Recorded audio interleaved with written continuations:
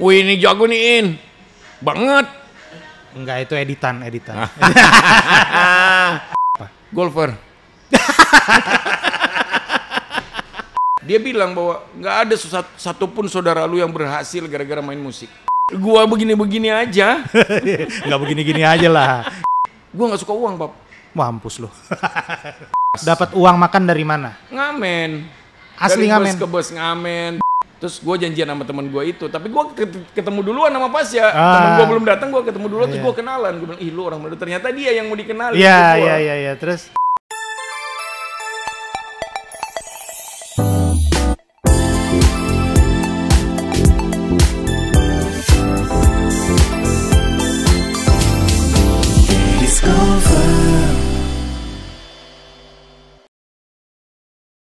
Halo Viewers and Golfers, apa kabar semuanya? Kembali lagi di channel Daddy's Golfer. Hari ini Daddy's Golfer kedatangan tamu spesial, orang yang mengisi hari-hari kita mulai dari beberapa tahun lalu sampai sekarang, lagunya. Yang sekarang lagi keranjingan sama olahraga golf. Kita harus undang, kita harus tanya-tanya gimana keseruannya. Ikutin videonya sampai habis. Mantap, udah berjalan lama kayaknya ini podcast. Kalau udah lancar ini.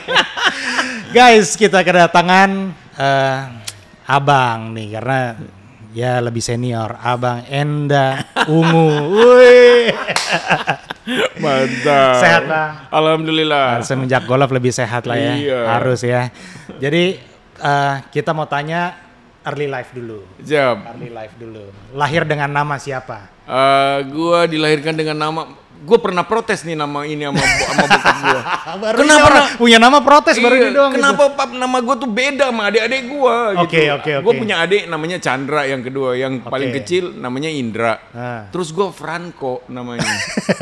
Kan aneh, dan lu tau gak, gue kan coach sekolah di Manado. Asli Manado berarti? Bokap gue Bandung, ibu gue yang Manado. Iya. Nah, lahir di Kudus. Lah. Aneh kan? Iya. Dari situ lu udah menebak keanehan gue lah. Terus waktu gue sekolah di sana di Manado, orang-orang tuh suka salah manggil nama gue. Dan dulu kan zaman masih ada perangko, maklum lah kan orang dulu. Dicengin jadinya, dibully. Iya, dibully, perangko. Nah gue komplain tuh sama bokap gue, kenapa sih nama gue sendiri? Kata bokap gue namain lu berbeda biar lu bisa lebih gede dari adik-adik lu. Oke. Tapi ya cita-citanya bagus. Benar. Maaf ya adiknya. Ada adiknya guys. Jadi nama panjang Franco Williat Mejaya Kusuma. Oke lah. Iya. Nama dari nama udah terbayang ribetnya minta ampun. Kenapa dipanggil Enda? Nama rumah? Awalnya karena adik-adik gue tuh Chandra, Indra, makanya gue dibilang udah dulu Hendra aja deh. Nah kalau orang Manado kan suka dipendek-pendek tuh. Charles jadi Cale gitu. Nah Hendra juga kan. Iya, Hendra jadi Enda. Akhirnya jadi sekarang nama kecilnya sebenarnya Hendra. Nama rumah Hendra. Nyokap gue masih manggil gue Hendra. Oh gitu. Iya, masih manggil Hendra. Tapi di KTP nggak ada Hendra kan? Nggak ada. Ya, makanya gue juga bingung tuh. Terus jadi Enda. Udah sampai pas kontrak di Ungu, kata ya ada yang ngontrak kita, kata Pak Handi itu yang punya record company yang meng-hire Ungu sampai sekarang. Apa rekornya? Trinity Optima. Iya. Sampai sekarang itu? Sampai sekarang. Jarang yang ada yang awet tuh. Iya. Iya, saya ribut di tengah. Iya, ribut biasa. Kalau kita mah aman, bagi-baginya aman. Berarti adil. Terus dia bilang, udah ngapain pakai Franco, ribut. Udah pakai Enda bagus katanya. Gitu. Iya. Jadilah nama Enda yang besar Enda seperti sekarang. Tapi belum tentu juga kalau Franco dipakai bisa senyentrik Enda. Iya, mungkin ya. Karena nggak ada di Indonesia nama Enda, nggak ada. Iya. Cuman suka kalau gua main ke daerah Jawa, mereka manggilnya beda. Ntar mereka manggilnya Enda. Nah kalau gua main ke daerah Sunda, mereka di Jawa Barat dan lain-lain, mereka manggilnya Enda. Gitu kan? Iya, Enda. Ya gue jadi bingung gitu. Tapi apalah arti sebuah nama. Iya. Oke, Enda Ungu sekarang dipanggilnya gitu Ya, kan. marga gue jadi ungu Jadi sekarang. Ungu, nggak ada mana. Wijaya Kusuma bukan. Enda Ungu. Jadi lahir di Kudus, besar di Manado. Besar di Manado. Ya. Sekolah di Manado. Sekolah di Manado sampai selesai kuliah di Manado. Kuliah juga di Manado. Kuliah di Manado. Jurusan? Hukum. Waduh. Bener? Sarjana hukum. Sarjana hukum. Unsrat Universitas Samratulangi. Negeri dong itu? Negeri. Negeri. Iya. Kelas guys. Lah terus gitu. Sekarang kan berarti pendidikan formalnya berjalan dengan mulus. Berjalan dengan Iya tersendat-sendat tapi lulus kan? tersendat-sendat lulus. Tersendat. Alhamdulillah. Mungkin lulus gara-gara bergaul. Dipaksa lulus. Jadi kan kalau udah bergaul sama guru kan nggak enak juga kalau nggak Iya, kasih nilai. benar. Ya sudah lah, gua kasih lu 7. Padahal nggak 7 lu lah. Gak usah diomongin lah, kesian juga sih. Jadi sampai kuliah di Manado. Di Manado. Main musik pertama berarti di Manado? Main musik pertama itu gua umur 6 tahun. Oh ya? Gua udah main musik dari zaman Jadi sekolah. bapak orang Sunda, ibu orang Manado, Iya. kerja dan segala macam di Manado, berkehidupan di Manado itu. Berkehidupan di Manado. Terus gua main musiknya, memulai evolusi musiknya di Manado di umur 6. Mohon maaf nih bapak tentara apa? Enggak, sipil biasa. Oh sipil. Kaki cuman- gua tentara tapi. Oh gitu. Iya. Oke. Itu makanya Kakek pindah-pindah. nenek tentara. Bukan gara-gara tentara dia pindah-pindah gitu bukan? Oh, enggak, bukan. Memang ada kerja di sana. Emang papaku kerjaannya pindah-pindah Oh, oke. Jadi kebetulan di Manado. di Manado. Jadi umur 6 tahun yang kenalin musik siapa? Nenek gua, Lah. oma gua. Oma orang Manado dari ibu. Oma orang Sangir ya. Sangir itu tuh kira-kira 6 jam lah dari Manado naik kapal laut gitu-gitu. Kapal laut 6 Iya, jam. 6 jam. Oh, nah, ibu gua kan separuh Chinese, separuh Sangir, tapi Iya. gedenya juga di Manado. Gua mengenal yang namanya Musik. ukulele, gitar itu dari beliau. Karena Oh, gua gitu. suka melihat, ih, kok seru banget ini permainan ini. Omaku aja bisa mainin, masa aku nggak Oma bisa? bisa main ukulele? Bisa, jago maininnya. Gua mengenal itu dari dia. Dia udah mulai ngajarin gua nyanyi lagu. Oh gitu. Iya, gitu-gitulah kira-kira. Jadi dari oma Itu kenalnya. kenalnya. Terus di umur berapa berpikiran kayaknya musik jalan hidup gue nih gitu? Gue dari pertama kali gue megang gitar, gue kulik dan gue mencintai. Gue udah mulai ada feeling bahwa ini akan jadi rezeki gue suatu saat nanti.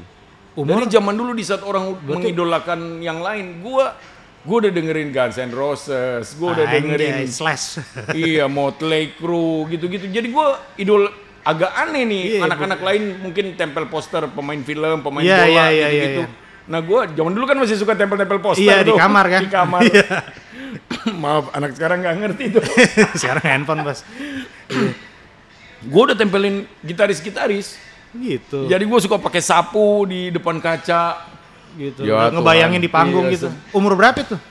Ya 7-8 tahun kali ya, SD. 9-10. Iya, masih SD begitulah, dong, SD lah. Gue udah mulai megang gitar dan pakai sapu gitu. Ya karena kan zaman dulu orang ditanya cita-cita mau jadi apa? Pilot. Iya. Gitu aja mau jadi apa? Dokter. Polisi. Begitu tanya mau jadi apa? Musisi. Mau makan apa kak?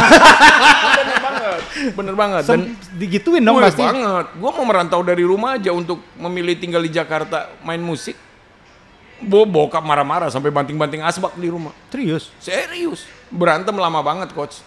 Sampai Nah, bokap bukan orang musik nih, bukan di karena industrinya. bukan orang musik. Dia bilang bahwa nggak ada satupun saudara lu yang berhasil gara-gara main musik.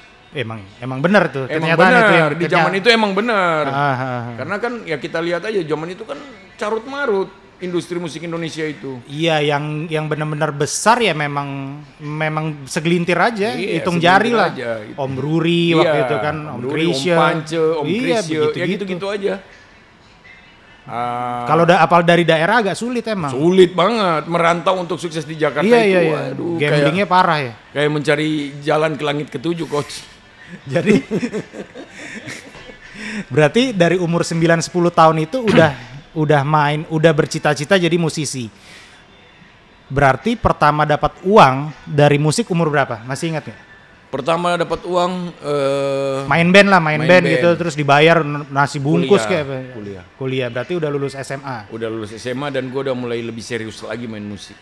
Udah berarti udah punya band sebelum kuliah, udah punya band dong. Udah ngeband Gua terus udah gitu. mulai ngeband. Main gitar dari Main awal. gitar udah. Nyanyi juga nggak? Nyanyi juga.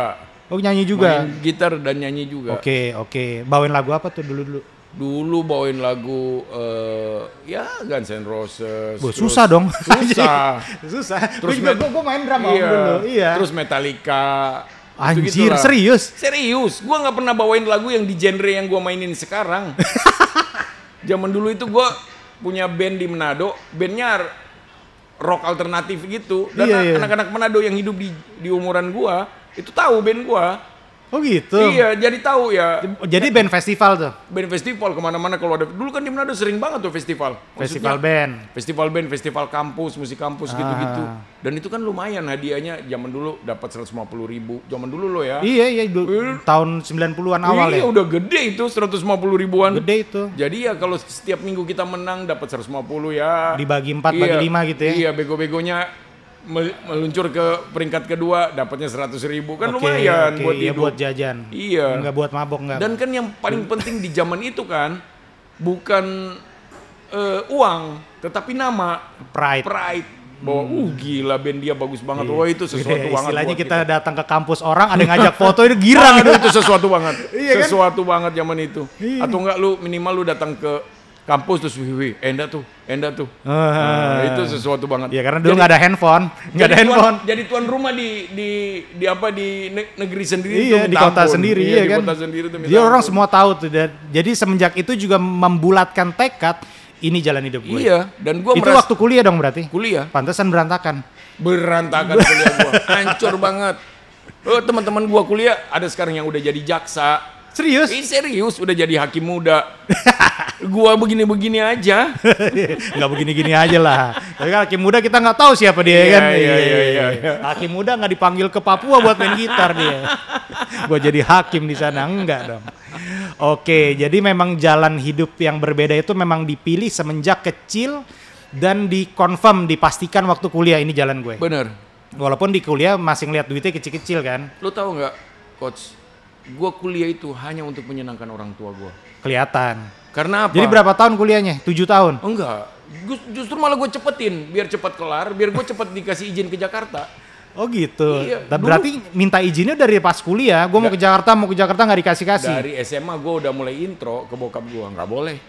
Kuliah. Nggak boleh. Kuliah. Dulu. Pas gue udah lulus kuliah, udah selesai semua pelajaran gue, Iya. baru gue bilang gue mau ke Jakarta. Udah tugas Iya, udah selesai. Tetap dia marah-marah. Ada aja alasannya. Haha. Wah, almarhum tuh, ngamuk-ngamuk sampai Mau jadi apa gitu kan? iya mau jadi apa kamu?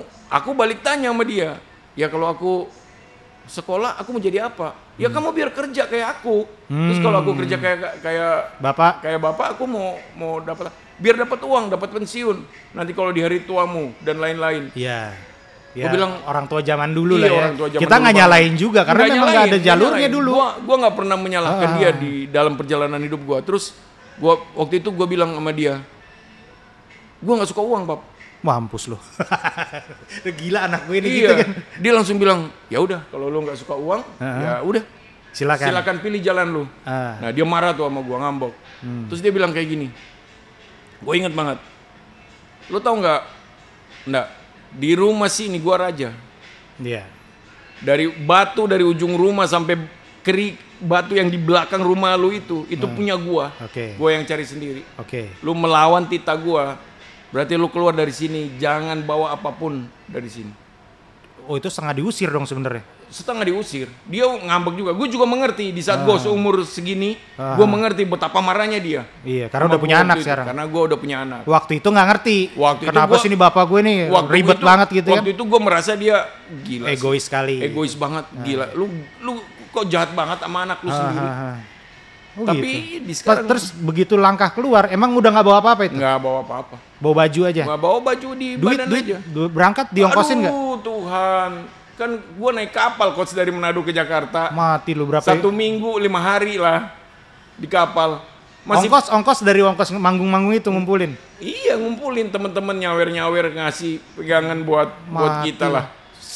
senekat itu. Senekat itu coach. Lu Wah, tahu gila, nggak men. gua kan Gue sih nggak kebayang ya, Iya. umur 23-24 berarti kan? 20, ya segitulah. Iya, 22, 23 Iya bener itu. bener segitu. Gue nggak kebayang loh, Bos. Pokoknya gue di Jakarta itu coach tahun 2000 pas kerusuhan. 2000 berapa? 98 98. masuk Jakarta. Masuk Jakarta. Pelabuhan Tanjung Priuk. Tanjung Priuk. Di Jakarta ketemu siapa? Ya cuman ketemu teman-teman aja di Flat Pulau Mas. Kan tempat ngumpul orang Manado di situ waktu Oh itu. gitu. Emang Iya. udah tahu ya nih kalau Udah gue tahu, sampai iya. Jakarta ke sana, Iya. Pulau Mas. Oke. Hancur coach. Hancur. Hancur. Hidup ya. Hidupnya hancur. Di Manado lebih hancur, di Jakarta jauh lebih hancur. Jadi Terus gimana itu? Gila hidup umur 23, Aduh. nggak ada siapa-siapa, support duit nggak ada, nggak ada. cuman bawa baju doang sama duit seadanya nih. Mungkin gue bukan dari keluarga yang sebenarnya bukan yang kurang banget, tetapi yang Berlebih banget juga nggak. berlebih banget juga nggak pas-pasan Cukup, lah cukup, semuanya. cukup lah. Tapi buat gue minta uang bulanan karya makan karena gue belum berpenghasilan. Mungkin orang tua gue mampu, Bisa sebenarnya kan? tapi gue malu, Gengsi. gengsi. Karena apa? Gue berantem sama bokap gue. Orang Manado bos, ada gengsinya Iya. buat iya, iya kan? Mungkin. Nah, terus Gue malu, gue marah sama dia. Gue bilang nanti lu lihat suatu saat gue bisa berhasil. Gue bisa beliin apa yang lu mau dari hasil keringat gue. oh jadi dendamnya positif, jadi gue beliin lo apa yang lo mau gitu kan? Iya, gue senangin lu. Lu mau kemana juga gue jabanin lu. Oke. Iya, dengan biaya dari gue dan main musik. Gue gituin dulu. Gue dan main musik ya, bukan gue doang maksudnya. Bukan gua Tiba-tiba di rumah di Jakarta jadi lawyer, iya kan? Bisa jadi kan? Iya bener. Jadi udah gitu, berapa tahun tuh di situ? Gua Di base camp Manado itu, 97 kerusuhan kan. kerusuhan ya. Pokoknya gue datang ke Jakarta, langsung rusuh banget Jakarta. Iya iya iya. Langsung bilang, hey everybody, welcome to the ibu kota. Bakar-bakaran tuh. Bakar-bakaran coach. Itu udah belum ada ungu dong berarti. Belum ada ungu. Oke. Lu tahu nggak di zaman 9 bakar-bakaran itu 98 ya? 98 Mei 98. Mei itu. Pokoknya gue inget banget, gue berapa hari di Jakarta bakar-bakaran Jakarta. Oke. Lu tahu nggak? Itu pertama kali gue takut dalam hidup gue. Sebelumnya nggak pernah takut. Itu pertama kali dari zaman kecil gue nggak pernah takut. Lu mau bilang ada setan, ada kuntilanak, ada apa? Gue adalah anak yang biasa hidup sendiri. Tidur sendiri aja, gue nggak pernah takut setan apa dan lain-lain. Gue nggak pernah takut orang mau nyegat gue atau apa. Nyeruduk terus lah pokoknya lah. Pokoknya ngeruduk terus. Tapi pertama kali gue merasakan bahwa ini ternyata perasaan takut itu pas 98 kerusuhan itu. Gue melihat orang-orang barbar semua bakar, menyakiti Daerah Pulau Mas, daerah itu emang. Gila coach, itu abis. Itu ada hero di depan Flat Pulau Mas itu abis dibakar massa. Dirampas semuanya. Terus kita jalan ke Senen waktu hari itu tuh gue inget banget. Gue ngelihat ada satu bank gitu, bank tertentu gitu yang dia buang uang dari atas biar orang-orang nggak ngebakar kantor, karena di kantor itu, di dalam kantor ada terjebak pegawai di dalam. Hari itu memang gila-gilaan negeri kita. Gue sampai gila sebegininya Jakarta itu. Gue orang kampung kok. Iya. Tiba-tiba itu pertama kali datang Jakarta. Pertama kali. Langsung ketemu begitu. Langsung ketemu begituan. Iya. Dan trauma langsung dong. Iya, ya gue sampai tahun 2000 lah. Sampai tahun 2000 gue ketemu Pasya. Oke. Jadi tahun 98 sampai 2000 tuh udah nggak jelas gitu. Nggak jelas. Dapat uang makan dari mana? Ngamen. Asli dari ngamen. Bus ke bus ngamen. Bus ngamen nih bus. Bus. Wow.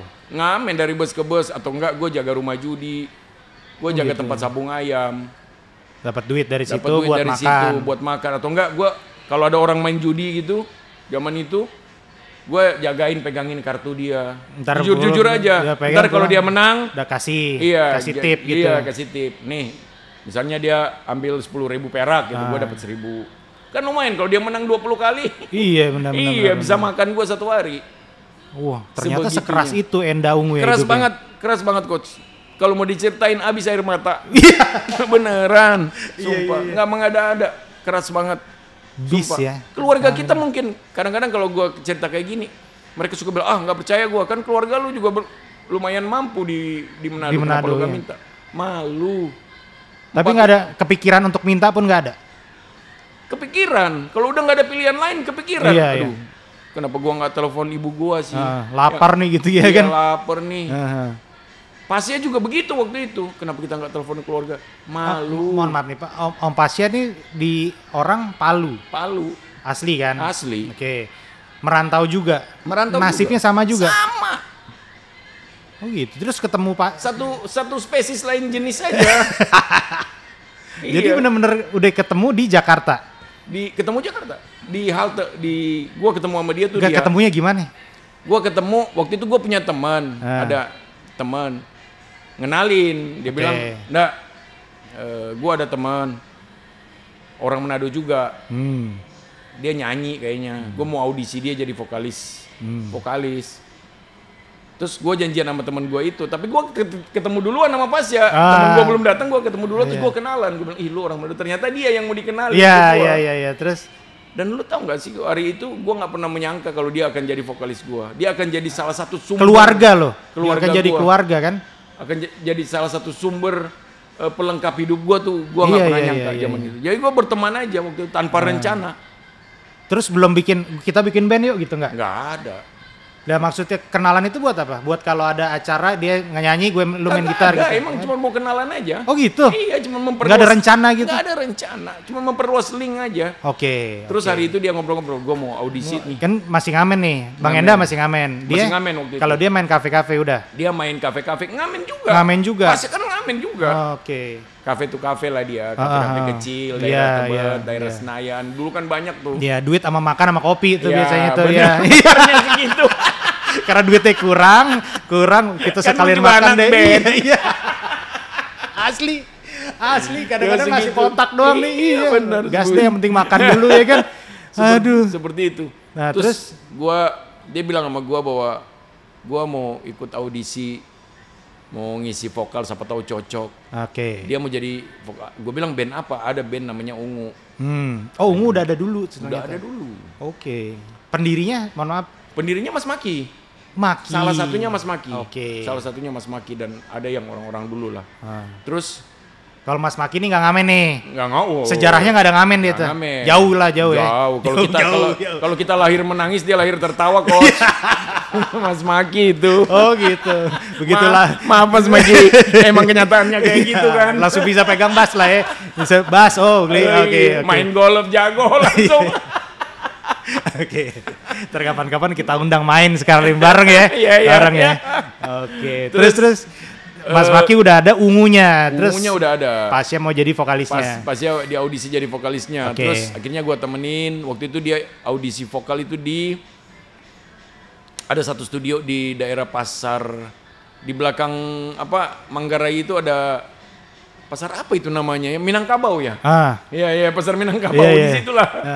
Di pasar Minangkabau situ tuh ada satu studio kecil gitu. Nah dia audisi di situ. Oke, ungunya juga belum besar kan? Ungunya belum ada record company, masih band dari kampus to kampus waktu itu. Tapi memang udah mulai bikin lagu. Udah ada rencana untuk rekaman. Bener, karena kan dulu rekaman susah banget kok. Iya, gue juga dulu sempat begitu tuh di drum ini si ini nih audisi gila gue bilang kayak udah ada duitnya aja belum ada. Asli bener, kita ganti vokalis, gaya gue bilang nih. Dan zaman itu nggak segampang sekarang. Nggak segampang rekaman. itu bikin demo dulu, Waduh, modal bikin dulu. demo, modal dulu, jual jari kok. 6 jam kalau bisa selesai 2 lagu nih. Iya bener. Terus satu shift. Terus ya udah dia bilang, ya udah kalau gua keterima jadi vokalis lu ikut-ikut aja, bantu-bantu jadi kru jadi apa. Oke, karena dia udah lihat ada kehidupan lah dikit lah gitu ya. Dan akhirnya emang bener terpilih jadi vokalis Ungu dia. Oke. Terus akhirnya ya udah gua ikut jadi krunya dia. Krunya nempelin aja tuh. Nempelin semuanya. Gua udah kenal Mas Maki waktu itu karena gua ikut dia jadi gua kenal sama Mas Maki, Mas Eki. Ya orang-orang lama di Ungu lah. Terus Mas Eki itu juga salah satu pendiri Ungu. Iya, salah satu pendiri Ungu. Beliau yang mendirikan Ungu bersama Mas Maki. Oke. Iya. Terus habis itu ya udah gue ikut jadi kru semua lah. Jadi gue bantu bawa gitar, bersihin. Waktu itu formasinya Mas Maki, Pasya, terus Mas Eki gitaris. Terus keyboardis sekarang yang main di Ungu Mas Gatot itu, yang edisional Ungu itu dulu personil yang Ungu. Kenapa? Oh, dia akhirnya keluar. Iya, dia keluar waktu kontrak, terus habis itu ya udah kita panggil, nggak ada yang lebih bisa main keyboard di Ungu tuh selain lu. Ya udah lu jadi additional aja. Iya, akhirnya dia jadi additional. Lucu juga lu Mas Gatot. Iya, personil bukan duitnya nyampe. Bukan personil tapi duitnya nyampe. Ini enak juga tuh. Nggak ada beban ya kan. Akhirnya ya gue bantu-bantu lah. Bantu-bantu mereka lumayan. Belum lah. jadi gitaris. Belum jadi. Berapa lama tuh? Lumayan lama, ada Setahun. pokoknya gue di Ungu itu 2001 lah coach. Ah, 2001 gue resmi jadi 2000 ya benar-benar 2001 gue resmi jadi edisionalnya Ungu. edisionalnya Ungu. Tadinya kru aja terus jadi edisional. Iya, karena waktu itu ada beberapa acara yang butuh gitaris. Terus Oke. Mas Eki waktu itu jadi edisionalnya Bass Jam. Oh, Bass Jam lagi rame tuh. Rame banget. Iya, 98. Rame Bos. banget Iya, Bass Jam. Lagi lagu Bujangga itu. Iya benar, Iya. benar Bujangga. Oh, jadi dia sering dipanggil. Iya, sering dipanggil dan Ungu. Duitnya dikit, Bass Jam gedean. Ah, benar. Mungkin seperti itu karena Iya, ya jelas lah. Iya, pasti. Jelas bayarnya karena kan masih zaman beda. itu kan kita butuh uang juga buat Iya benar. Jakarta Dan keras. kita sama-sama ngerti lah ya. Jakarta keras, Bro. Iya benar. Sekarang juga keras banget kan. Barang keras Dulu banget. juga nggak pernah berubah. Iya. Dari dulu sampai sekarang nggak pernah berubah. Jakarta tuh selalu keras. Terus. Akhirnya mereka cari gitaris waktu itu kan, penggantinya Mas Eki. Cari kiri kanan, nggak ketemu. Akhirnya audisi lah mereka, nggak ketemu juga. Akhirnya gue bilang sama Mas Maki, gue bilang sama Gua deh coba iya, gitu. sama AA, sama Pasya. Aha. Gue bilang, Mas Maki, gue deh daripada lu ribet-ribet. Iya. Gue hafal kok lagu Ungu, Iya. karena kan gue setiap hari nemenin Mas Iya, Eki, bersihin betul. gitarnya Mas Eki. Iya. Jadi zaman dulu itu coach, gue nggak punya gitar kan, nggak punya Oke. efek, nggak punya apa. Jadi kalau gue mau main gitar, gue bersihin gitarnya Mas Eki tuh main gitar dari jam 9 pagi sampai jam 1 malam. Latihan. Kerjaannya seperti itu aja tiap hari tuh orang, makanya jagonya minta ampun. Iya. Nah gue main sesudah itu. Jam 1 malam. Jam 1 malam gue bilang Mas Eki Pinjam. Iya pinjam ya, gue main di situ juga. Ya udah gue main sesudah itu, praktis Di dikit-dikit, studio itu. belajar bikin lagu. Aha. Akhirnya gue jadi edisionalnya Ungu, mereka bilang ya udahlah lu aja. Gue jadi edisionalnya Ungu, ganti beberapa. Kalau Mas Eki nggak ada. Kalau Mas Eki nggak ada. Kalau ada jadi Kalau- kru lagi, mundur lagi. Ini pas dia masih nggak ada nih. Oke.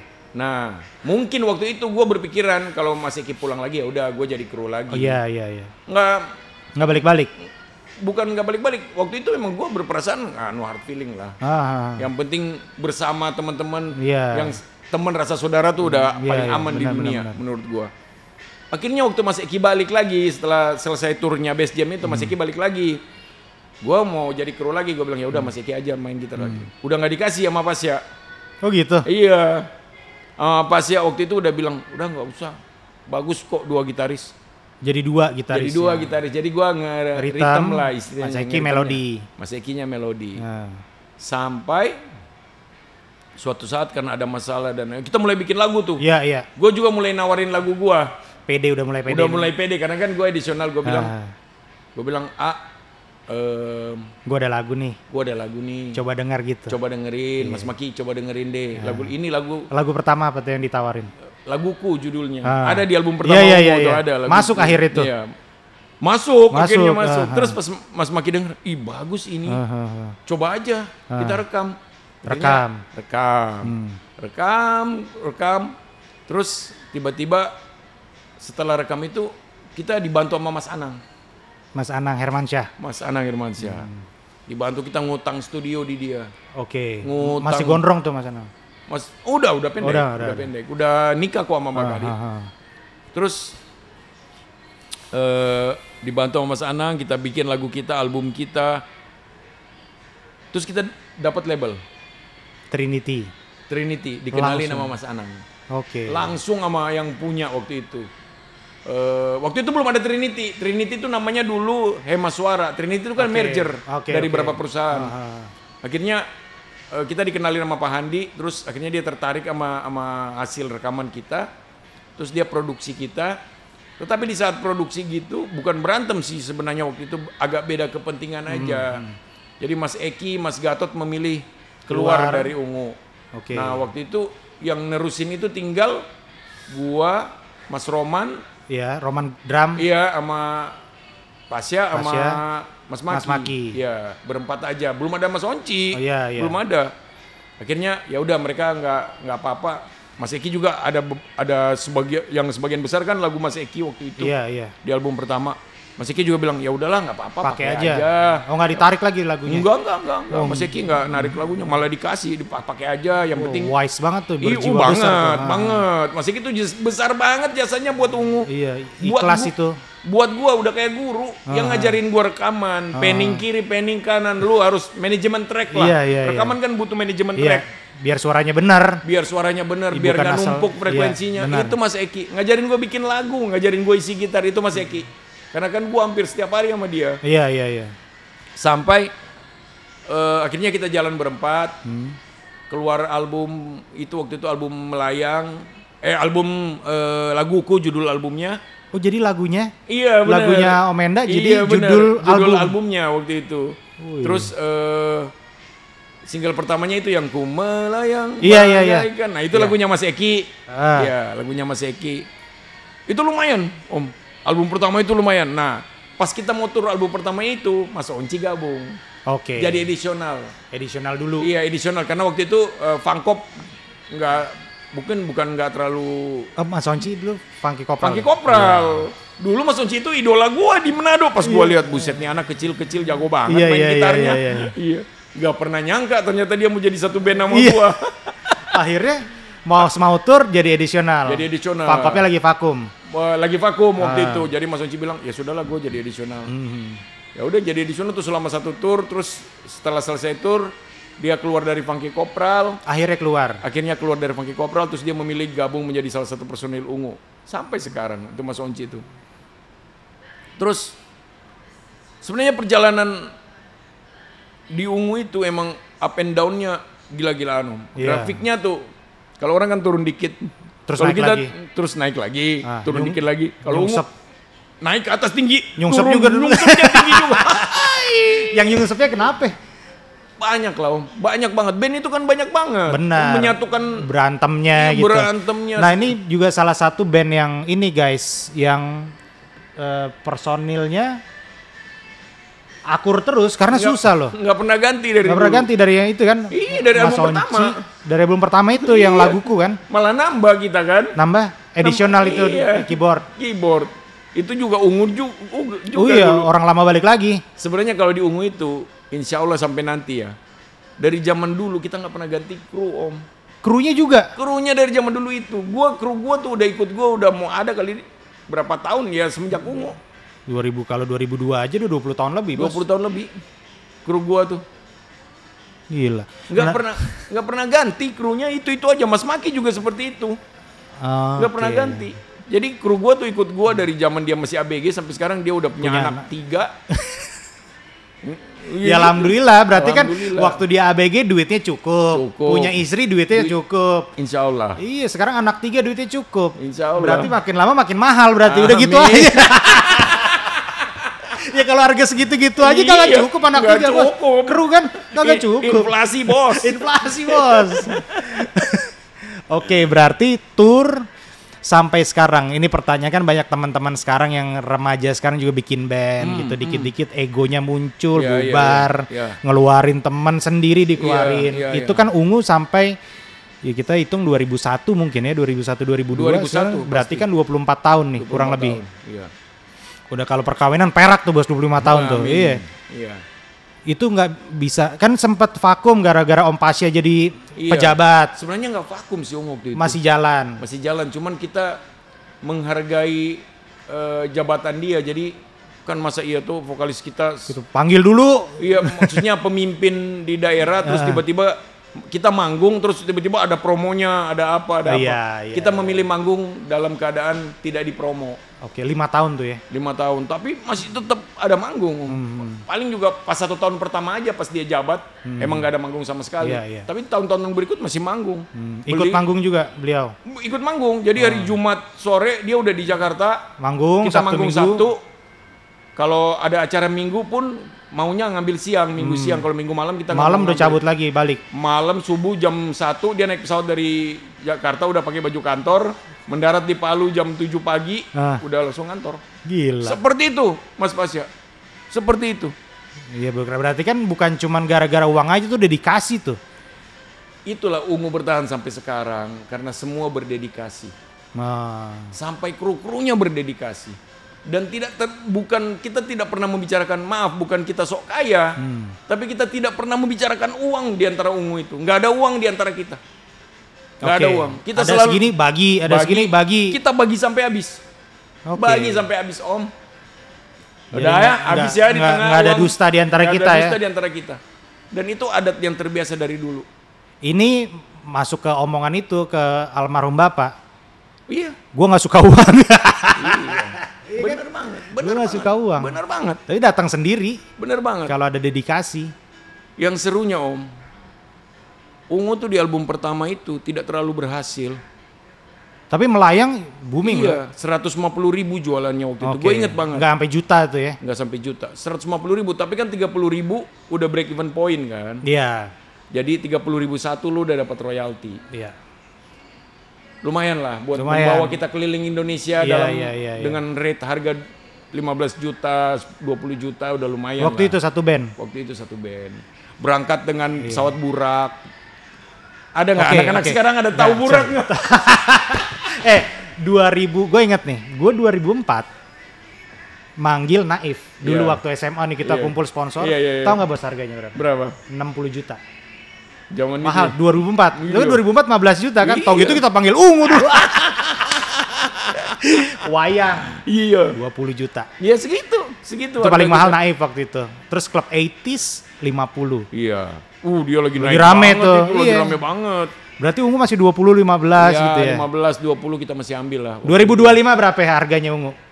Ada deh. Kali aja nonton, gue panggil deh, cocok nih harga gitu kan. Ada deh. Oke, range ya 300 sampai 400 di bawahnya atau di atasnya? 300 sampai 400. Bisa di atas, bisa di tengah-tengah. Tergantung jarak. Iya. Tergantung jarak dan tergantung cocok atau enggak. Ya, kalau boleh kita tebak sih kalau dalam kota 300 sampai 350 digas nih guys. Iya. Nah, kalau agak jauh nih ke Makassar ya 400 500 lah. Siapin aja nggak apa-apa. Nggak apa-apa guys, sejam kita kerjain. Telepon manajer gua aja. Tapi kalau lagi lewat Daddy's Golfer kayaknya agak murah dikit boleh lah. Acara golf boleh lah ya. Cengli lah. Cengli kalau golf. Lo Ungu main golf kan 3 orang di dalam. Iya, 3 orang dalam Ungu main golf semua. Kalau acara 200 sama tiket main 2 flight boleh. Iya. Oh gitu. Jadi ya kita nggak bisa bilang kita nggak bisa bilang itu harga yang murah. Kalau kita lihat sekarang itu mahal juga, tapi kan perjuangannya dari bis kota bos. Duit 50 perak 25 perak dulu kan. Dan up and down di Ungu tuh gila Om. Jadi di album pertama kita nggak terlalu jualan, album kedua hancur banget. Tiba-tiba di albumnya apa gue lupa tuh malah. Album pertama itu yang kedua yang kedua itu tuh yang kita syuting di jalan raya naik truk itu loh Om. Oh. Nah itu tuh album kedua tuh itu. Iya. Judulnya Karena Dia Kamu apa ya? 150 sampai lupa sendiri. 150.000. Iya. Album kedua ya enggak 100.000 juga nggak nyampe. Tapi tetap break even point. Oke, kita ngejar di 30.000 itu kan. Lagi. Buat balikin modal produser nggak enak juga, nggak cengli juga kerja sama produser tapi nggak bisa menguntungkan dia. Minimal lu balikin modal dia lah. Iyalah. Terus album ketiga. Nah, album ketiga ini yang gila-gila. Itu album Demi Waktu itu yang judulnya Melayang. Demi Waktu. Itu album memang bener-bener kita pikirin semuanya. Iya, itu karena album, udah di ambang batas lu besok album ketiga ngedrop, cut. Karena kan cuma 3 album kita kontrakan. Iya kan, ini udah opsi. Waduh nih guys sekarang. 3 album, 1 opsi. Opsi itu kalau si produser masih mau boleh. Tambah 1 jadi 4 album jadi keempat. 4. Oke, Demi Waktu lah ceritanya. Demi Waktu, gue bikin Demi Waktu. Yang bikin siapa? Gua. Kelas. Iya. Sampai sekarang tuh lagu masih masih enak didengar. Sampai sekarang masih jadi salah satu penghasilan gue yang terbanyak. Terus gue menemukan semuanya bersama saudara-saudara gue di Ungu. Itu album Melayang tuh semua kita rencanakan baik-baik. Mulai dari cover serius lah pokoknya. Serius, gue bilang cover kita gue pengen gambar pesawat. Biar kita terbang terus. Iya. Waktu kita rekaman punya filosofi lah ya sekarang. Benar, waktu kita rekaman lagu Demi Waktu itu, awal sebelum kita take drum, itu track by track itu, kita baca Al-Fatihah dulu Om. Iya. Mas Pasya baca Al-Fatihah dulu, Ah. kita rekam Al-Fatihahnya terus kita stretch. Jadi lu nggak akan dengar sama sekali tuh Al-Fatihah, tapi ada Al-Fatihah di track situ. Volume kecil sekali. Ya, volume kecil. Pokoknya ada track itu di Ada track ya? Pokoknya ada nggak track. kedengeran lah Nggak tapi. kedengeran, lu nggak akan bisa denger. Di tracknya Om Roman. Di track semua, Track semua iya. paling bawah ditaruh di situ. Ditaruh situ ada Al-Fatihah. Pokoknya semua yang kita pikirin. Semua kita pikirin. Di ambang ini kalau ujung tanduk Iya, soalnya ya. bener. Ini gagal kali. Iya. Apa? Terus kita- Cacing-cacing naga-naga ini. Iya kan udah cacing-cacing naga-naga Iya. nih. Mau jadi naga mau jadi cacing Iya, udah bener. digas terus. Bener banget. Terus demi waktu. Terus, demi waktu. Terus setelah selesai kita rekaman lagu demi waktu itu, semuanya kita rekaman. Gua rekaman di komputer yang ampun-ampunan hancurnya. Jelek banget itu komputer di Basecamp. Ah, Gue ilangin data demi waktu, Om. astaga. Hari ini jam misalnya jam 9 mau bawain lagu itu ke record company Iya. buat didengerin. Paginya gua mau render, hilang datanya di perjalanan karena hard disknya nggak cukup. Ya, Lu tahu dong kalau peristiwa kayak gitu tuh suka Iya. hilang di perjalanan tuh Iya. data. Terpaksa kita rekaman lagi. astaga. Rekaman lagi, gua rekaman pakai gitar doang. Kayaknya gue yang nyanyi deh waktu itu, gue yang nyanyi. Ah, Ya, belum Mas Pasya, terus kita bawa seadanya aja tuh, ah. lagu itu. Tetapi memang gue merasa bahwa ada kekuatan yang bekerja di dalam kehidupan kita yang tanpa kita sadari. Seperti kekuatan doa orang-orang yang selalu mendoakan kita yang Iya. baik-baik. Doa orang tua. Doa orang Diam-diam tua, ya kan. diam-diam mendoakan Aku kita. nggak minta duit nih tapi gue kasih doa aja. Mungkin doa sahabat-sahabat kita dulu yang kita bantu terus Benar, dengan benar. ikhlas terus dia berdoa, aduh gue nggak bisa balas bantu tapi gue berdoa aja Tuhan bahwa dia dalam keadaan baik-baik. Iya, iya. Dan itu yang membuat lagu itu kuat banget. Makanya gue bilang kalau ada orang datang ke gue, "Woi, lu jago banget tuh pencipta lagu demi waktu." Enggak. Lagu demi waktu tuh nggak bakalan Goib itu goib. nggak bakalan semeledak itu kalau nggak ada Doa dari orang banyak. doa dari orang banyak. Yang nyanyi bukan Mas Pasya, yang main drum bukan Mas Roman, bukan Mas Maki. Itu lagu itu, album itu. Dan lu tahu nggak Om? Itu album meledak semua lagunya. Iya. Kan dulu benar. single by single, itu hampir semua Semuanya, lagu iya. biasa dulu kan satu album paling 3 single, Iya, iya, 3 iya. video klip. Itu hampir semua ada video klipnya Om Iya, iya, di iya. album itu. Itu emang paling meledak tuh album gila itu. Setelah selesai itu Om, album demi waktu selesai, gue berpikir bahwa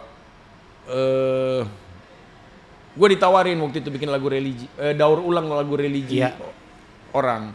Jadi lagu religi yang udah ada waktu itu ditawarin lagu religi Bimbo kalau nggak salah. Ditawarin ke Ungu, mau nggak daur ulang lagu ini? Ini mau bulan Ramadan. Ah, Gue bilang sama anak-anak berlima, kita tulis sendiri aja. oke. Gue bilang, oke, kita memutuskan untuk tulis sendiri lagu religi. Produser gue ketawa. Terus Anjing lu bilang Meledak lagi tuh, Bos. Bercanda lu sama duit gua katanya. iya, iya, iya. Oke. Iya. Ya, Lu habis udah ngasih duit sih di lagu Iya, demi iya. waktu. Tapi lu jangan bercandain duit orang. Gila lu mau tulis lagu religi. Emang lu bisa? Tampang lu aja begini modelnya. Anting kan dulu kan. Antingan. Tato gitu kan. Iya. Akhirnya kita tulis lagu religi sendiri Om. Waktu itu gue bercita-cita gue pengen bikin lagu religi yang semua orang bisa meneriakannya. Oke. Siapapun bisa meneriakan nama Allah itu. Siapapun dia. Iya, Siapapun dia. Akhirnya lahirlah lagu album Surgamu judulnya waktu itu. 5 lagu berisi Surgamu, Andai Ku Tahu. Anda ikut tahu tuh Iya. gila juga tuh. Itulah ada 5 lagu di album itu dan itu meledaknya minta ampun Om. Lebih gede dari Lebih gede dari demi waktu. Iya. Iya. Waduh. Lebih gila-gilaan dari demi waktu. Meledak banget dan jadi jujur aja waktu itu kita jadi tren. Setiap Ramadan band-band itu bikin lagu. Iya benar. Iya. Benar semenjak itu ya band-band pop jadi bikin Lagu religi. Bikin lagu sendiri loh ya, bukan bikin lagu mendaur sendiri ulang lagu iya. orang Biasanya ya. kan ya Iya. daur ulang. Nah, karena waktu itu kan mereka mungkin berpikiran bahwa aduh, lagu nulis lagu religi nggak jadi duit masalahnya. Om, waktu itu gue sampai bergaul sama UJ, Om almarhum Ustadz Jeffrey, bergaul sama Ustadz Subki, Bukhari, Ustadz UJ. Gara-gara acara religi semua gitu. Karena apa? Di saat gue menulis syair tentang religi, ini agama, Om. Nggak main-main gue. Nggak main-main, lu nggak boleh jadi nanya dong. agama. Jadi nanya ini boleh nggak kalau ini gue boleh nggak kata-kata ini? Oh gitu. Gue masih ingat banget setelah gue selesai tulis lirik, gue kirim ke UJ. Aman nggak? UJ cuman balas, antum udah pintar. Udah gitu aja. Udah, antum udah pintar banget. Wah, udah gas, pokoknya kayak gitu. Meledak itu, Om. Habis itu album, setelah selesai itu gue berpikir, gue akan membuat lagu, mencipta lagu, dan lagu itu akan mengalahkan orang, akan berhenti bernyanyi demi waktu. Karena orang setiap ketemu sama gue, maafkan aku. Iya. Gue akan membuat orang akan berhenti mendengar lagu itu. Ganti sama itu. Ganti sama lagu yang akan baru gue bikin. Gue susah banget. Gue bertaruh. Itu yang nulis siapa? Gue yang tulis. Okay. Judulnya Kekasih Gelapku. Ku mencintaimu iya. lebih dari apapun. Iya. Orang berhenti mendengarkan demi waktu. Orang mendengarkan Kekasih Gelapku. Setelah selesai Kekasih Gelapku, kita bikin album religi lagi yang dengan nafasmu judulnya. Dan demi nafas yang itu meledak juga tuh guys. Itu meledak juga. Meledak juga guys. Gila. Pokoknya kita bikin semua album ibaratnya ngaceng semua, Om. Ngaceng dari album ketiga, Om. Dari album ketiga itu alhamdulillah ngaceng semua. Dan lu tahu nggak kenapa, Om? Dulu kan ada kutukan buat anak band. Oh, lu kalau menikah punya cewek, hancur lu. Lu ditinggalin fans lu. Meledak di saat semua sudah menikah. Oke. Ada yang harus ada kewajiban yang harus kita tuh jalani mungkin. Iya, benar. Jadi ya begitulah kira-kira up and down-nya, tapi kan perjalanannya nggak mulus, Om. Waduh. Iya. Tuhan. Keras banget itu. Keras banget. Om. Kita lihatnya sekarang ya kan. Ada percayalah bahwa ada kru yang tenteng-tenteng tas obat yang penuh obat di dalam. Buat apa? Nggak berhenti manggung, Om. Oh, takut tumbang. Mas Maki tuh pernah manggung pakai infus. Astaga. Duduk di kursi sambil infus. Tapi harus manggung. Udah bayar, Om. Kan tur dulu kan bayar dulu. Iya, bayar dulu baru berangkat. Iya, baru berangkat. Sekarang juga. Iya. Tapi kan dulu kan bisanya kita tur 30 kota gitu. Dia udah bayar lunas separuh. Tuh. Udah bayar separuh dulu. Jadi kalau kita kecuali force major ya, amit-amit kayak ada kedukaan atau apa. Harus manggung. Lu mau sakit mau apa nggak peduli, lu harus manggung. Kalau enggak lu one prestasi. Denda balik. Nah iyalah. Denda balik, Bos. Dan kita kan paling takut IO zaman itu, Om. Iya, IO raja dulu. Raja, Om. Dibilang lu nggak manggung apalagi sponsor. Apalagi IO gede gitu kan. Kayak rokok lah ya. Lu manggung di merek tertentu, terus tiba-tiba minggu berikut dia ketahuan lu manggung di merek marah dia. Kompetitornya satu-satu terus kecolongan terus dia tahu. Oh, marah dia. Habis panggungan lu, Om. Habis di-cut semua. Di-cut semua. Apalagi yang nama-nama gede lah ya. Ya kita tahu lah siapa yang nama-nama gede. Iya. Iyalah habis. Sekarang kan udah nggak begitu. Ya. Ada sih, cuman nggak begitu inilah karena sosial media, betul. Dan sekarang orang kan manggung per satu-satu kan. Iya. Bukan tur banyak gitu ya. Bukan tur banyak. Dulu kita nggak pulang-pulang rumah, Om. Gue pulang rumah aja anak gue manggil gue Om. Anjing. Om. Iya, Zara itu. Iya. Yang paling gede. Oh, jadi itu Zara salah satu korban. Gua ngeliat dari kecil tiba-tiba pulang rumah. Ih, udah gede aja nih anak. Setahun berarti, hampir setahun dong nggak pulang. Hampir setahun, Om. Pulang seminggu pulang 3 minggu cuman sehari cuman bawa pakaian kotor doang. Habis itu balik lagi. Gila, jadi yang waktu masih susah juga. Susah duitnya, waktunya banyak. Terus begitu banyak duit, waktunya jadi susah. Pengorbanannya gila ya. Lu nggak bisa dapetin semua. Iya. If you deal with the rain, you must deal with the mud. Iya benar. Iya kan, lu berdoa meminta hujan. Percayalah bahwa hujan itu membawa lumpur yang akan mengotori sepatu lu. Belok guys, belok. Iya kan, seperti itu. Nah, nggak akan ada lu berdoa minta hujan tapi nggak ada lumpur. Ya kumaha. Oke. Terus berkehidupan separah itu, yang sampai setahun nggak pulang itu sampai tahun berapa tuh? Memutuskan kayaknya kita udah cukup nih guys gitu. Kita anak-anaknya udah perlu perhatian. Rumah udah perlu kita. Itu tahun berapa tuh? Soalnya nggak ada off-nya, Om. Orang kan Ramadan. Iya. Istirahat. Gua malah buka buku. Malah panen. Panen. Iya kan? Gua lupa juga, Om. Terus orang akhir tahun udah pasti band Iya. semua masuk lah. Begitu Iya. masuk Ramadan, bulan haji turun. semua. Ini rame. Iya. Ini Om, mungkin di saat anak-anak kita udah mulai dewasa, kita udah mulai merasa bahwa badan kita udah tidak sekuat dulu. Oke. Udah mulai kebosanan itu udah mulai menjadi salah satu faktor penentu kita, faktor penentu Sampai bosen nih. mood kita, bahwa bosan itu bahaya.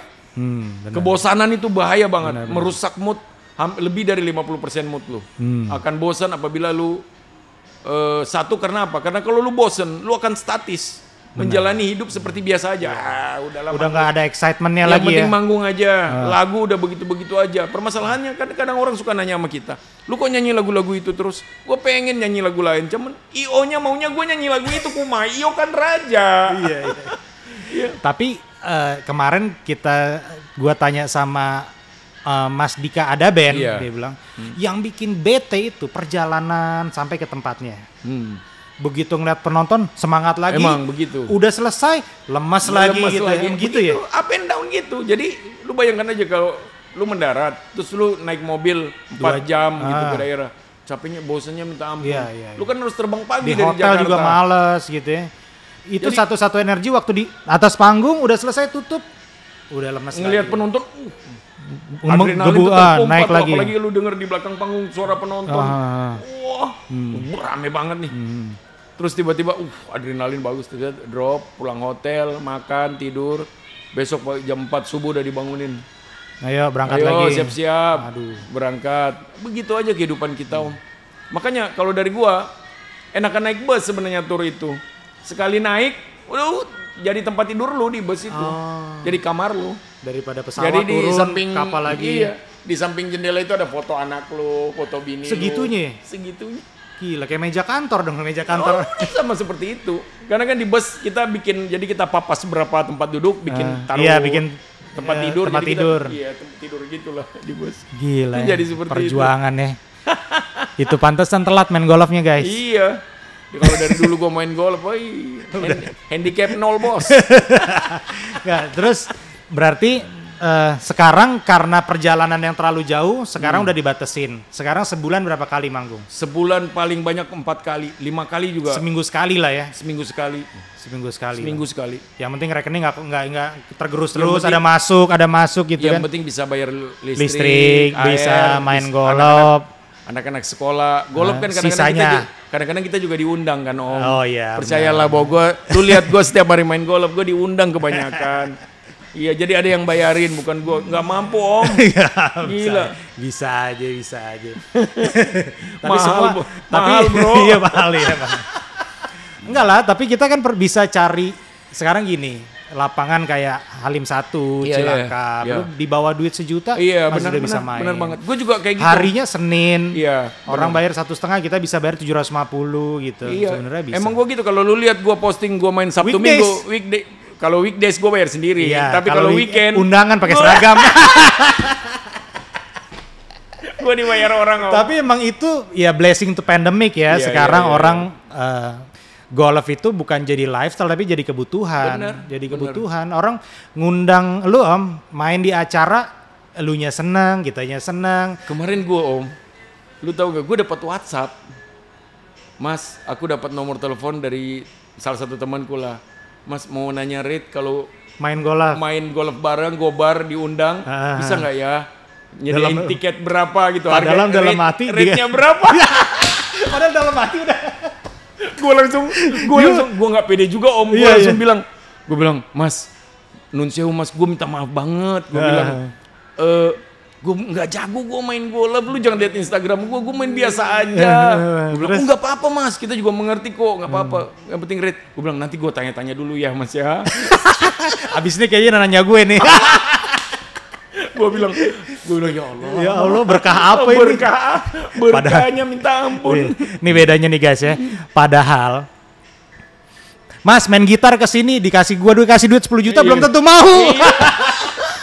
Ini, Mas main gratis nih kasih 2 tiket, 3 tiket sama anak gitu. Girang. Berangkat gue. Beda ya excitementnya golf ya. Beda Om. Beda ya. Golf Beda. gokil. Lu orang yang lihat dulu waktu gua pertama kali posting golf di Instagram gua, di media sosial gua lah ya. gue membaca beberapa komen. Apa enaknya sih main golf? Bola Pasti. deket, lu pukul jauh. Bola jauh, lu kejar. Gitu. Lu belum pernah mencoba aja, bro. Tapi sebelum main golf ada perasaan gitu nggak? Apaan sih ini Mas Maki main golf ini gitu? No, gue udah mulai tertarik. Zaman dulu gue nonton Tiger Woods gitu-gitu. Gue senang melihat, senang. Almarhum Bapak main juga? Main. Oh jadi tahu lah ya dunianya. Mertua gue juga main. Oke. Terus, tapi gue belum ada ketertarikan untuk bermain, Om. Oke. Untuk menekuni. Kayak apa ya? Kayak misalnya kayak tadi pagi gitu, gue mau kesini gitu. Gue udah bangun ngopi, bini gue udah bilang, adek lu udah ada tuh, lu belum mandi, tunggu bisikan dari langit. Gue bahasanya selalu gitu, Om. Tunggu langit. Seniman banget. Iya, Seniman banget ini. Tunggu langit membisikkan dulu di kuping gue baru gue mandi, gue bilang. Kecuali kalau golf beda, Bos. Kalau Besok golf, kita jam 6 ya di Damai Indah BSD lo bayangin. Udah 3:30 gue udah bangun, Om. Musisi nggak bisa lo pagi, susah. Belum Sorry. pakai baju, belum pakai seragam golf, udah sarungan dulu. Iya. Pas bunyi azan subuh, udah cepet langsung cabut. Atau kalau enggak, wah nggak keburu nih. Sholat Iya. subuh di sana aja lah udah. Padahal jalanan kosong. Jalanan kosong jam 5 pagi ya kan. Bagus. Makanya bini gue nggak pernah marah gue main golf. Iya, jadi terbalik kan. Jadi bangun dari habis subuh tidur lagi jadi Kalau berangkat. besok mau main pagi-pagi jam 10 udah tidur, Om. Nggak mau begadang. Jadi secara garis besar golf merubah kehidupan seorang musisi juga Pasti. menjadi lebih baik dong sebenarnya. Pasti itu positifnya di situ kan yang Ya lagi kalau besar malam lagi. kan kopi lagi, rokok lagi, kopi Bener. sampai jam 1, jam 2 kan nggak sehat, Bener Bos. banget. Kayak musisi selalu kayak gitu, kayak gue gitu yang demen banget ngobrol. Kadang kalau gue nggak ada temen ngobrol, gue teleponin temen-temen gue suruh ngumpul-ngumpul yuk di rumah yuk ngopi-ngopi doang, ngobrol sampai jam 3:30. Asli itu benar. Iya, Setiap itu hari benar kayak itu. gitu. Benar itu. Setiap hari, Om, tidur. Dan gue ini bukan orang tipe, gue morning person banget kan.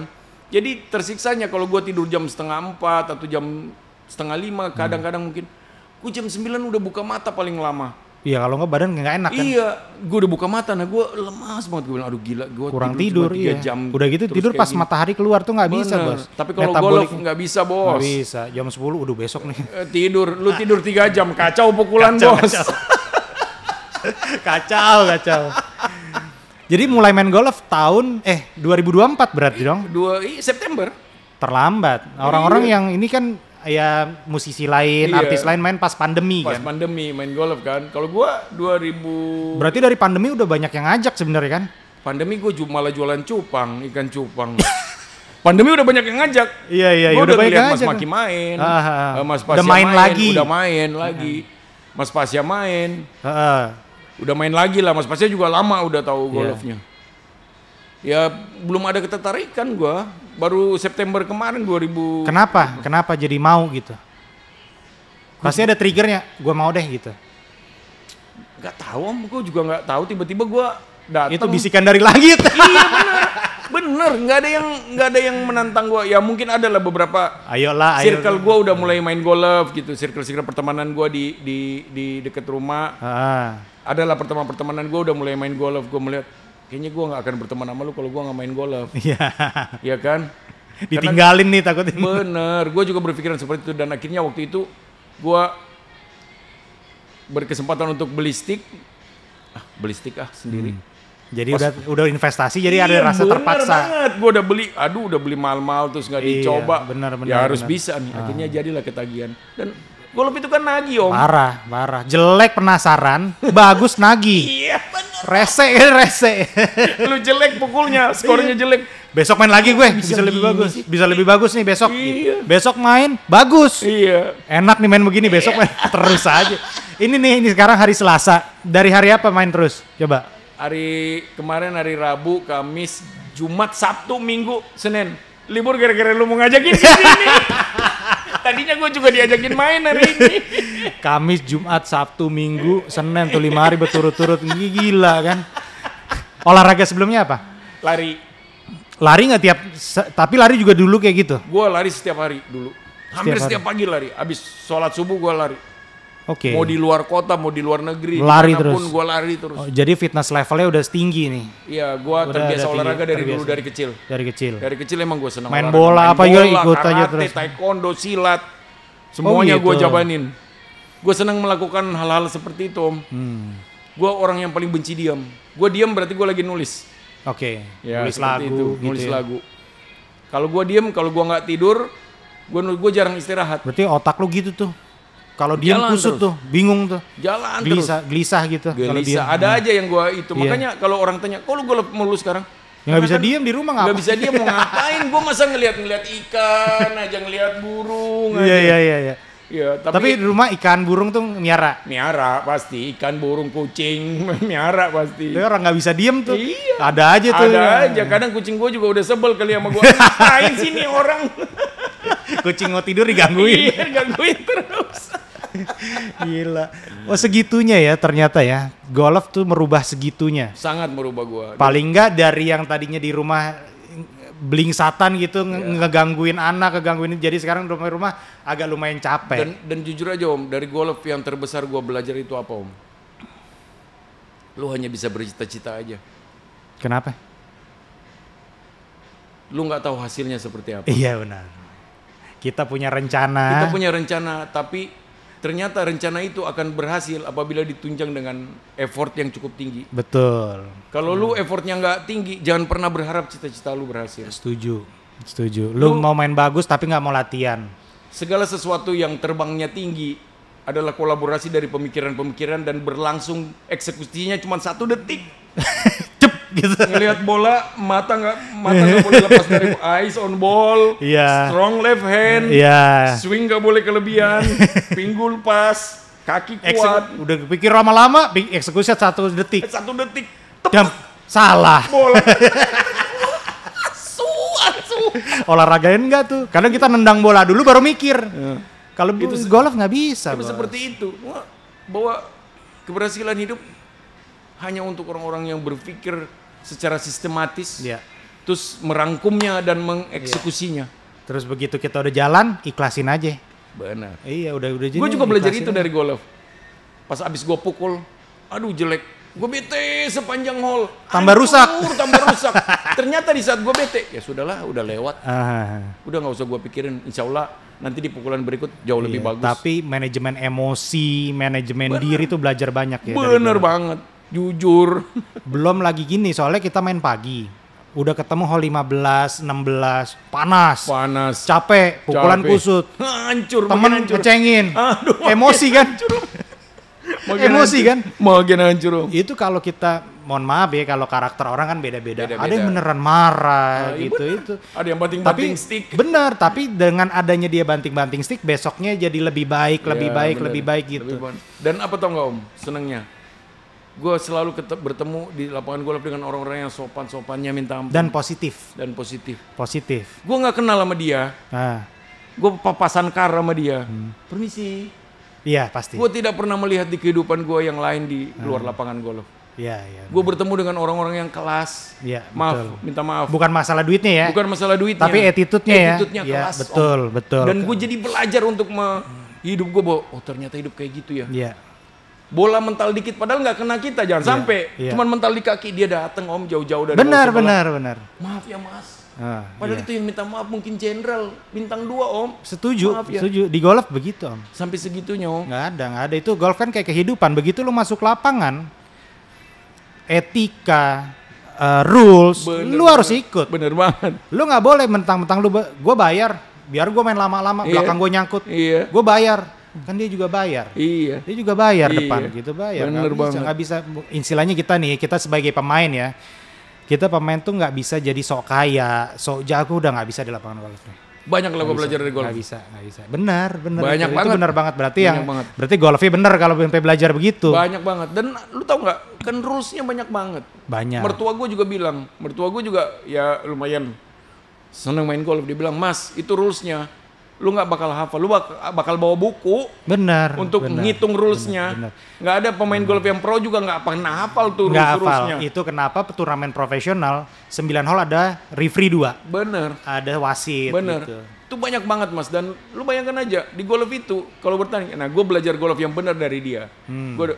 Kamu nggak boleh pakai baju yang nggak dimasukin di dalam. Iya. Kamu harus masukin dalam. Iya, Harus guys, pakai sabuk. Kalau lihat Bang Enda ikat pinggang, topi, rapi gitu ya. Gue driving aja segitu Om. Iya, Karena memang apa? begitu. Gue berpikir apa? if you wanna be a golfer, you must think like a golfer. Yes, betul. Kayak orang bisa, harus kayak orang bisa ya kan.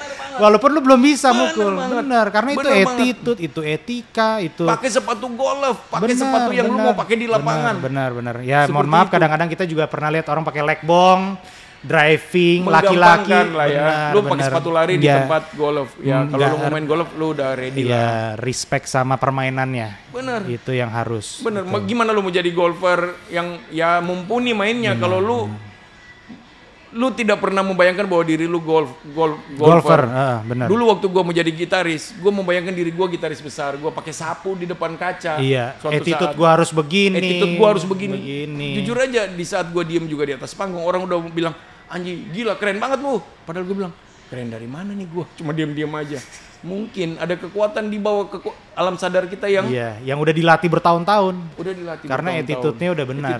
Orang bilang, "Gila, lu gitar jenik banget ya." Kalau nggak pegang gitar biasa aja, tapi pas pegang gitar beda gitu. Tapi emang gitaris gitu, Om. Temen gua gitaris Andre Dinut begitu megang, lah beda lu. Iya, beda. Dia juga main golf juga. Iya.